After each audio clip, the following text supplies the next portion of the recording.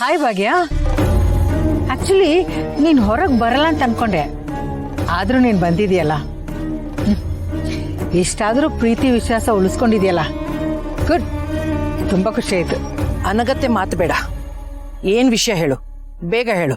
ಅರೆ, ಯಾಕೆ ಎಷ್ಟೊಂದು ಅರ್ಜೆಂಟ್ ಮಾಡ್ತಾ ಇದೀಯಾ?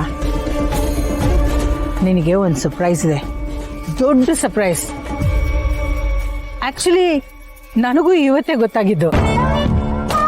ನಿನಗೆ ಗೊತ್ತಿದೆಯೋ ಇಲ್ವೋ ನನಗೆ ಗೊತ್ತಿಲ್ಲ, ಅದಕ್ಕೆ ನಿನಗೆ ಹೇಳ್ಬಿಟ್ಟು ಹೋಗೋಣ ಅಂತ ಬಂದೆ. ಒಂದು ಸೆಕೆಂಡ್. ಇವನ್ ಯಾರು ಅಂತ ಸ್ವಲ್ಪ ಗುರ್ತಿಡಕ್ಕಾಗತ್ತಂತ ನೋಡು.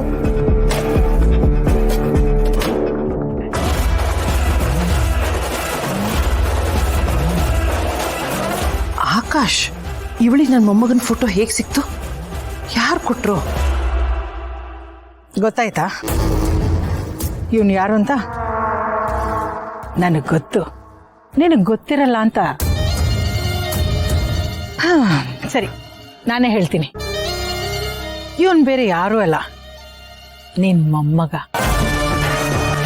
ಭೂಮಿಕಾ ಮತ್ತೆ ಗೌತಮ್ ಹುಟ್ಟಿರೋ ಮಗ. ಅಯ್ಯೋ ದೇವ್ರೆ, ಈ ರಾಕ್ಷಸಿಗೆ ಈ ವಿಷಯ ಗೊತ್ತಾಗೋಯ್ತಾ? ನಾನು ಸೋಲೋದನ್ನ, ನಾನು ಮಣ್ಣು ಮುಕ್ಕೋದನ್ನ ನೋಡ್ಬೇಕು ಅಂತ ಎದುರು ನೋಡ್ತಾ ಇದೆಯಲ್ಲ. ನನಗೆ ಗೊತ್ತು ಅದು ನಿನ್ ದೊಡ್ಡ ಕನಸು ಅಂತ.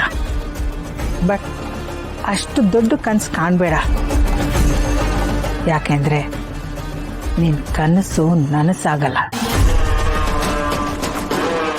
ಆಗೋದಿಕ್ಕೆ ಈ ಶಾಕುಂತಲ ಬಿಡಲ್ಲ. ಯಾಕೆಂದ್ರೆ ನನಗೂ ನಂದೇ ಆದ ಕನಸುಗಳಿರತ್ತಲ್ವ ಭಾಗ್ಯ. ನನಗೇನಾದ್ರೂ ಆದ್ರೆ ನನ್ನ ಕನಸಿನ ಗತಿ ಏನು?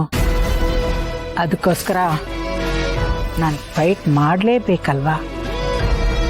ಫೈಟ್ ಮಾಡೇ ಮಾಡ್ತೀನಿ. ಅದಕ್ಕೆ ಮೊದಲನೇ ಬಲಿ ಆಗೋದು ಈ ನಿನ್ನ ಮೊಮ್ಮಗು. ನಾನು ನನ್ನ ಮಕ್ಕಳು ಉಳಿಬೇಕಲ್ವಾ? ನಾ ಉಳಿಬೇಕಂದ್ರೆ ನಾನು ಏನು ಬೇಕಾದ್ರೂ ಮಾಡ್ತೀನಿ. ಅದಕ್ಕೆ ಮೊದಲನೇ ಅಸ್ತ್ರ ಈ ನಿನ್ನ ಮೊಮ್ಮಗು. ಈಗಾಗಲೇ ಇವನನ್ನ ಕಿಡ್ನಾಪ್ ಮಾಡಿ ನನ್ನ ಮಗ ಜಯದೇವ್ ಭೂಮಿಕಾ ಮತ್ತು ಮಲ್ಲಿ ಹತ್ರ ಆಸ್ತಿ ಪತ್ರದ ಮೇಲೆ ಸೈನ್ ಹಾಕ್ಸಿ ಆಯಿತು.